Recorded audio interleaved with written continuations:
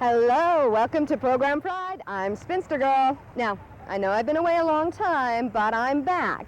And we're here in Calgary, in the Olympic Plaza, just outside the Calgary Centre for Performing Arts, where we've secretly replaced community standards with Program Pride.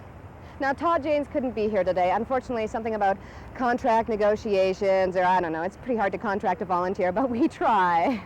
And speaking of volunteers, you too can be a volunteer. Watch the program and enjoy. Now, our program today is about theater professionals here in Calgary. And we have the grand poobah of puppets, Ronnie Burkett, inside the big secret, waiting for us to talk to him. As well, we are going to interview your very own Spinstergirl regarding Spinstergirl Productions and what I've been up to all summer. But waiting for us right now is Gail Hanrahan and Sandie Summers of the new Theatre in Exile company. And they're going to tell us about their great season coming up, opening their first show October 24th. So let's go visit with them. So I'm here with Sandie Summers and Gail Hanrahan of Theatre in Exile, whose first production will be coming up in October. Brand new theatre company, very exciting. We're pretty excited about the opening of your show, Lilies. Cool, thank you. And great name, Theatre in Exile. It's part of a whole underground movement here in Calgary, which I think is very exciting. What has been the motivating force for you guys to come together and to produce this show this year? It started quite a while ago. It seems like it started a really long time ago, and we're finally doing it. It started last November, so it's been almost a year for us to get to this first show. And I think that the instigation came from me. I'm the one who wanted to start something, and asked Sandie to come on board, and she was quite willing. I like Gail. She was nice. She's likable. We liked each other. That's how it started. Now the mandate of Theatre in Exile is to... The mandate is, as of yet, not entirely written, but the idea is to, and you can help me here, but the first idea was to do new plays, but not original scripts, so they're new plays in translation, so that it's not the kind of play that you would see normally in Calgary. There's a basis for most of the plays, or most of the companies in Calgary, the very new companies, do their own works, and other companies around do works that are primarily written in English, so from Ireland or from England or the United States or Canada. Right. So this season is filled with Quebec plays in translation, is that correct? You're doing Lilies, and then after that you're doing... Marie-Antoine Opus 1, which is a play by Lise Vaillancourt, also a Quebec play, and Stone and Ashes by Daniel Dany, who is also Quebec. And is that the focus, Quebec plays in translation, or will it be any play in translation? For the first year, we're doing specifically Quebec, and our intention is that each year it'll change to either another region, another country, so we'll just bring, new works in translation. Wow, how exciting. So it could be like, next season could be Polish plays or something like that. It could be Newfoundland plays. Or Dutch plays. The Newfoundland plays in translation. I could translate for us all. Oh, can't be with you. Okay, ladies, well, tell me about Lilies, because it's really important that we tell everyone about this show and that it's coming up, as I said, October 24th is opening. 24th is opening. Would you like me to start, or would you like to start talking about Lilies? You can start talking about Lilies. Okay. Sure. Lilies is a play with a cast of all men. It's 9 actors. It's a play that is a gay play. It's a play that is a wonderful play. It's a very sensual, romantic play, and with very touching moments. And it deals with relationships also, not just young lover relationships, but their relationship with their environment, their families, and it also takes place in 1952, but it's a play within a play, so it recounts experiences from 1912. Now, Lilies has had phenomenal success everywhere else outside of Alberta, and it just doesn't seem that no one has picked it up here. No one has picked it up.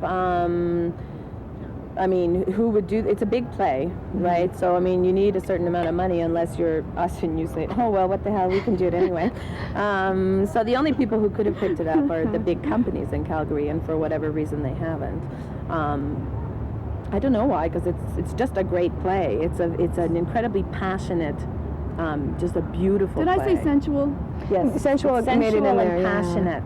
Well, I think we're all looking forward to it, and your opening night again, October 24th. 24th. And very, very reasonable ticket To prices. November 2nd. To November 2nd, yes. And $8 to $12. Okay, great. And also pay what you can on certain nights and 2-for-1s on other nights. So Excellent. It's And it's going to totally be accessible. Never turn anyone away. at the Big Secret Theatre as well. Yes. Okay, well, thank you very much, ladies.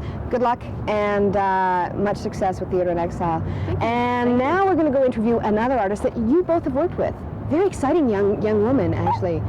Who could that be? Her name is Mariette Sluyter of Spinstergirl Productions. Okay, over to Linda. Hi, I'm Linda Craig. If you've watched our show before, you've probably noticed my name in the credits as the director. So this is my first time. Oh, Linda, I'll be gentle with you. Thanks, Mariette. I'm very glad of that. Yeah, so here I am interviewing Mariette Sluyter, also known as Spinstergirl from Spinstergirl Productions. And I finally get to catch up with you finally and find out what Yeah. you've been doing. You've been all over the place this summer. We've missed you on the show, and I'm very glad to have you back. Thank you. So, actually, why don't we back up even further to find out what Spinstergirl Productions is and, okay. and where it all came from. Well, Spinstergirl Productions was a brainchild of mine, and that I wanted to start producing one-woman shows and touring the fringes. And that's where it started about 5 years ago. And after the second year, I started writing and producing the work all by myself. And after subsequent successes and a few of the Mined Femme Fests, we've started to grow so that we're not only doing fringe tours, but we're also going to go and do hopefully 3 performances in town, 3 main stage performances in town this year. So it's a very exciting year for us. Wow, so what kind of productions have you already... Well, in the past, last year we had phenomenal success with Fall of the Pomegranate, which opened at the Mined Femme Fest, which was based on the myth of Persephone, which is a show that I wrote. It was a comedy. This year we just got off the road, and I mean very off the road, with Here I Stand Ironing, and that was a show about the dynamics between an immigrant mother and her daughter. And we're just taking some time to do some writing and fundraising, and come January, February, you should be hearing about us again, doing all sorts of stuff. That's great. Now, when you say we, I understand you do most of the writing and you do most of the performing. That's right. Now, last year we did a piece at the ATP Out of Bounds event for the Playwrights Festival, which was a collective with Nicole Zylstra, myself, and Eleanor Holt. And that's kind of the beginning of branching out to more than one-woman shows. And that was such a phenomenal success that we thought, hey, let's see what happens. So now on board with me is Donna Tunney, who writes our murder mysteries, which we perform at Rook's every month or so. And Nicole Zylstra is writing a piece for us this season. As well, we are doing a piece collectively with the university. So a whole bunch of people are going to come together and write a piece on violence within the family unit. And then I am writing Spinstergirl the musical about dating, straight or otherwise. So it's going to be a really interesting musical, comic strip musical sort of idea about dating within the gay world and the straight world, and bringing it all together and saying, hey, it's all the same. That sounds excellent. And then we'll go on tour with the Fringe next year with another show. Okay, because this year you were on the Fringe circuit again. Was that the second year this year? No, this was our 5th year of touring Fringes. Okay. We decided to do the whole circuit from Winnipeg to Victoria last year, and so we did an extension of that this year. So it seems like it's our second year crossing a number of cities. Before that, we'd done 2, maybe 3 at the most. So how did you find the response to your latest production? Here I Stand Ironing was phenomenal. It was very wonderful feedback. It was quite overwhelming to see people be that touched by a piece, and to go home and to say, wow, it really made me think about the dynamics within my relationship, or about immigrants. We did not have any negative press. It was all very positive, so we felt like it was a terrific success, and we sold out in Vancouver, and we couldn't have asked for anything else. So we were very happy to be home, riding the coattails of that success and moving on to the next project. Fantastic. How do you find being on tour? Do you find it? Do you get better audiences outside of your hometown kind of thing? It's funny. It's kind of a mixed thing because we've been so much an outside touring company that people in this town don't know us as well. They're starting to hear Spinstergirl and they're starting to recognize the name. But I think, as many local artists will attest to, you get better response outside your own hometown than you do in. So people are knowing our name on the fringe circuit, saying, "Oh, great to see you back. Oh, we're so excited about your show. Saw the show last year." That sort of thing. So we're hoping to take that and parlay that into something in Calgary. Oh, that sounds incredible. You've got all kinds of stuff going on. Yeah. And including the murder mysteries, which I'm actually going to go to. Yeah. They're wonderful. They're a serial murder mystery. So we've started about 3 murders ago with Lucinda Van Dyke, who came out and came to understand that she was gay and has had this wonderful life and journey. And this month's murder is set in a circus, and it's called Cirque du Soleil. So who knows what kind of campy fun we'll have in there. That's great. Yeah. Well, I'm so glad to finally catch up with you. It's been way too long, and great to have you back. Thanks. It's good to be back. Yeah. So now, actually, we have a contest to let our audience know about. That's right. It's Program Pride's very first contest, and it's running for the months of October and November, with the winner being announced in December. So what you have to do is send your name and address into Program Pride, and I'll give you the address in just a second. And what it's for is a night's accommodation at either Westways Guest house? Guest house. That's it. Right. It's a guest house, yes. Right. And Labyrinth Lodge, very close to Edmonton. So you just have to send your name and address in. Can I like pad the application forms and put Spinstergirl? Well, actually, you probably can't. But your friends can. Excellent. So maybe take you with you. Sure. I'll be someone's date. Yeah. So the address to write to is Box 27038, Main Post Office in Red Deer. All right, so make sure you send in your entries. And remember, privacy will be respected. Exactly. Yeah. So we'll only announce names if you want them to be there. Otherwise, we'll just contact you in person. All right? So I guess now we're off to see Ronnie. Is that right? I think so, yeah. We How get to go exciting. visit Ronnie. Mariette's doing an interview with Ronnie, and that's next. Ow! Watch the pins, darling. Well, Morag, would you please stop squirming? Well, I have to be sure that I can move, and I have to be sure that you don't trip the minute you walk out on stage. Now, hold still. Oh, darling, I can't. I'm too excited. Finally, a character worthy of a real tinker gown. Well, your dress for Mrs. Noah was nice, my dear. That was no dress. That was a boat. No, I shall not be sad to say goodbye to the ladies of the Old Testament. Well, 5 months is a long time to do the same show. And that's the edited version. Thank God I had the sense to skip Esther. I mean, really, Tink, I ask you, what kind of queen would call herself Esther in the first place? Well, I think you've made the right choice with Jezebel. Sometimes I think Jezebel chose me. Oh? Because she, too, was a queen known for her hideous end? Good one! Well, I think a certain young miss has been spending far too much time with me these past few months. Well, Morag, I guess I can't get enough of a good thing. Nor I, Petal. Nor I. That was a piece from Tinka's New Dress by the Grand Poobah of Puppets, Ronnie Burkett, and he has been called the Puppet Master.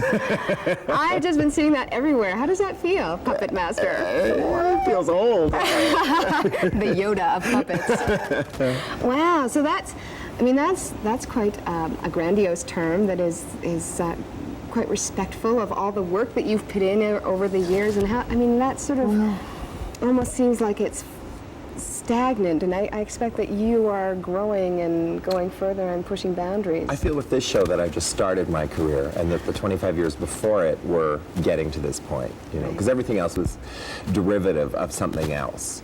And while this is based upon something, I don't feel it's derivative. I feel it's mine, and it's my voice.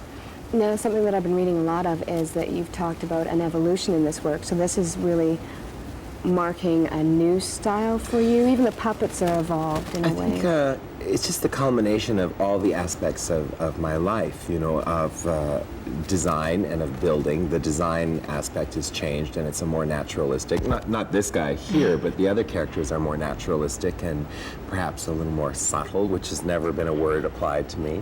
But also sort of my political and social viewpoints have culminated with all of that, and it's in the show. Rather than being a trained seal for people who pay for a ticket, they're coming to see that culmination, I think. Yeah, this show is definitely quite out there politically. You even have a section where you improvise and just take whatever topic you're feeling you like. can get into trouble with that, or it might not work on a given Yeah, night, but yeah. yeah, I feel ready to do that. Yeah, congratulations. And I feel an audience is ready for that too, you know, because, you know, there's so much television and media stuff out there that's so sophisticated that it's almost helping me, because this is back to a more homemade kind of theater, you know. It's not the big $1 million musicals. It's one guy and his stuff standing on his little homemade carousel. And I think it has an appeal because of everything else that's available. It's more powerful because it's simple.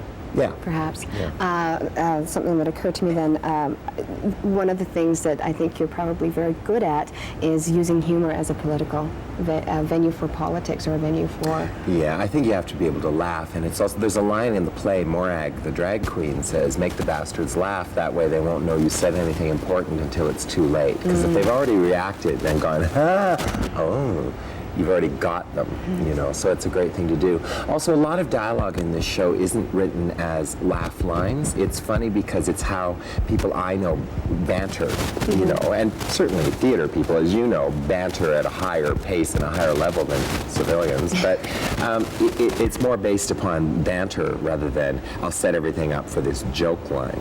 Yeah. Okay, well, let me throw something out to you. A word association kind of thing. Okay. Community standards. Who made that up is what I'd like to know. And whose standards, you know, especially in Alberta, you think about that a lot. I mean, I have a family, and it's two people, and actually there is a child involved in there, and there's a dog and a home. So I guess, you know, on the surface, we kind of fit community standards, except it's two men, you know. I don't know who made that phrase up, and I don't give it any credo, you know.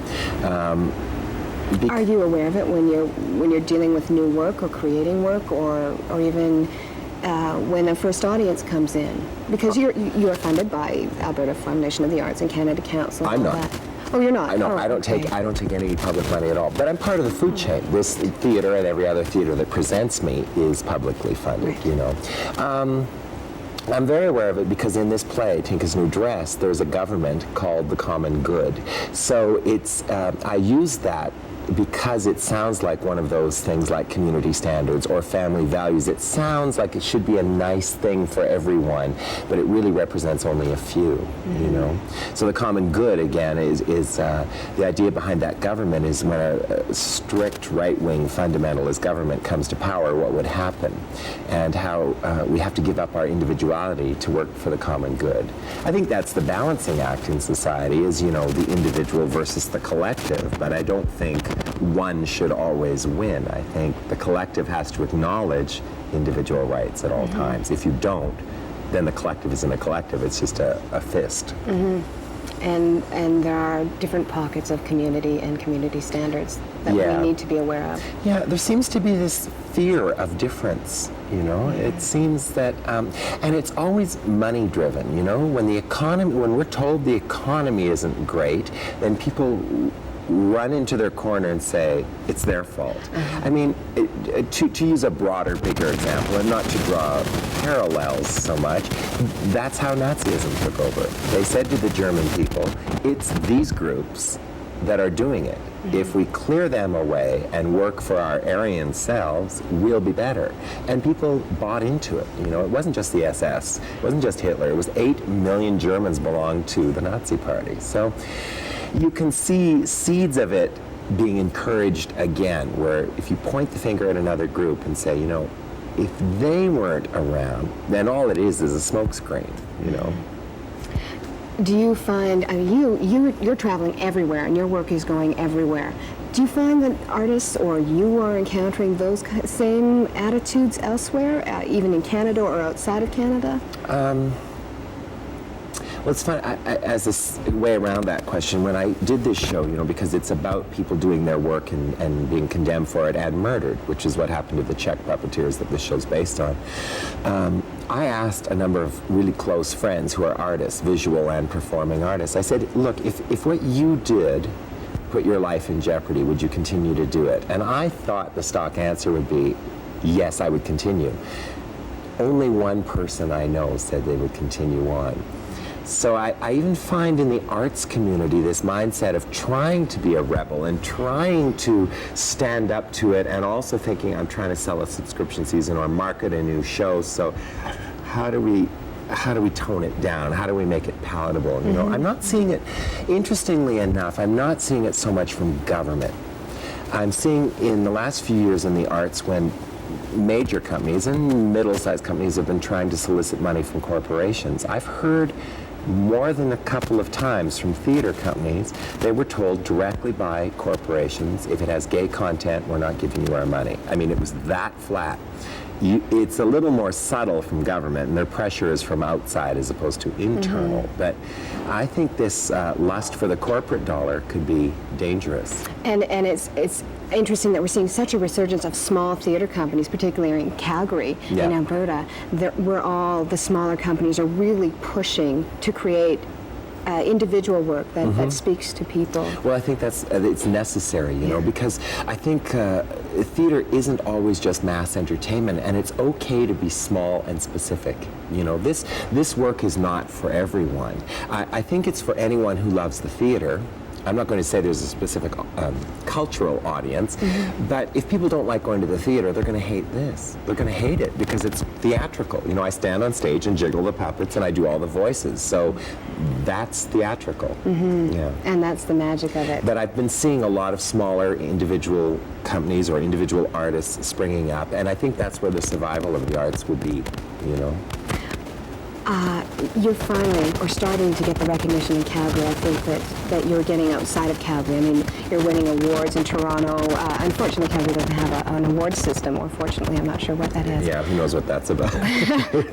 but the idea that you're selling out here and that audiences are recognizing you, and I mean, Yeah, it's odd. I think part of it, not to be facetious, is that I haven't performed here for 2.5 years. And so the West is acutely guilty of that Canadian thing of, if they see your name too much or you're too familiar, you're getting too big for your britches, So I've been gone from home for 2.5 years, and now I'm back, and it's something to embrace again, and I'm glad to be doing it. But I'll tell you, this is the hardest audience in the country, a Calgary audience. Even the hip Calgary audience is tougher than a staid Toronto audience, and I hate to say that, but it's true. As far as getting the laughs and getting them to understand it? In other cities where we've played, the show always gets a measured same reaction night after night, the same audience response, the same sort of, frankly, ovation.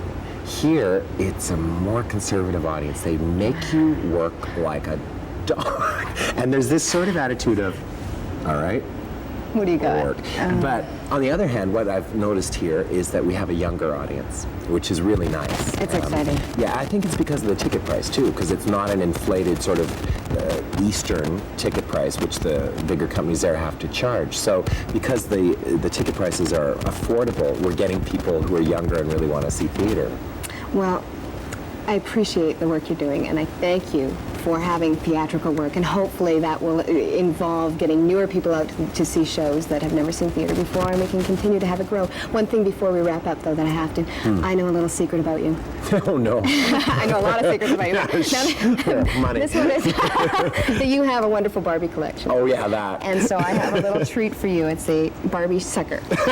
That's me. Yeah. and No, Mattel is not one of our sponsors. However, we do have a number of sponsors sponsors. Yes, wouldn't it be lovely if Barbie was sponsoring Program Pride? New lesbian Barbie. Ooh, Dyke Barbie, Skipper. No, we won't go there. And Midge. Haven't you always wondered about Midge? Oh, yeah. Yeah. I knew about Midge, but never mind. So over to our sponsors, just to let you know of all the wonderful new sponsors that are sponsoring Program Pride. And please support them.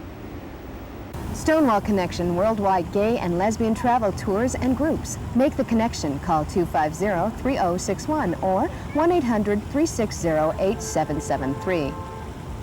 Orlando Books on White Avenue in Edmonton. Excellent selection of lesbian and gay titles. Mail orders welcome. Call them at 432-7633.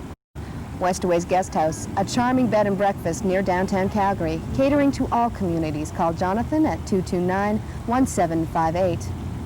Labyrinth Lodge, this affordable, comfortable, all-season retreat for you or your group. Near Edmonton, 878-3301.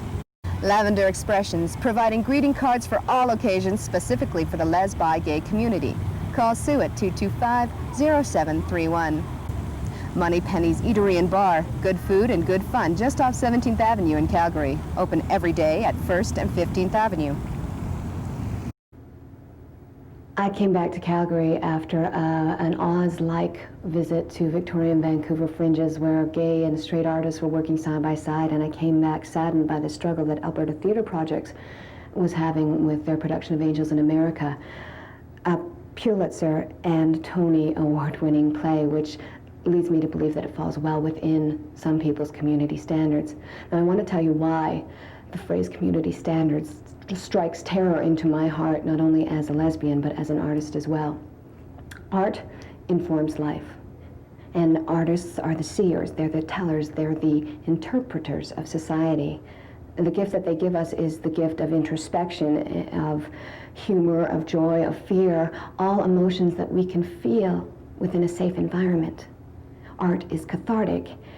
We, members of the gay and lesbian community, know how important it is to give a voice to gay artists. We need those artists to survive, to tell our story, to tell society's story. We need to experience their work to know that we exist, not alone in a vacuum, but as a community. We need their strength to let others know we exist. Art cannot survive with censorship. Community standards implies censorship. The phrase community standards, when uttered by a right-wing MLA or the Alberta Report or some anti-vegetarian in Consort Alberta, does not imply our community. It is a tool to erase our community. You must write your MLA or Alberta Foundation for the Arts and the Canada Council and thank them for the money that they are giving artists. You have to commend Shaw Cable for giving the voice to gay and lesbians of Southern Alberta. Let the funding agents know that these works of art are well within community standards, our community. And we are not ashamed of our artists, and we are not ashamed of ourselves, and that we are strong and we will not be put into a closet. I don't want to be erased. Do you?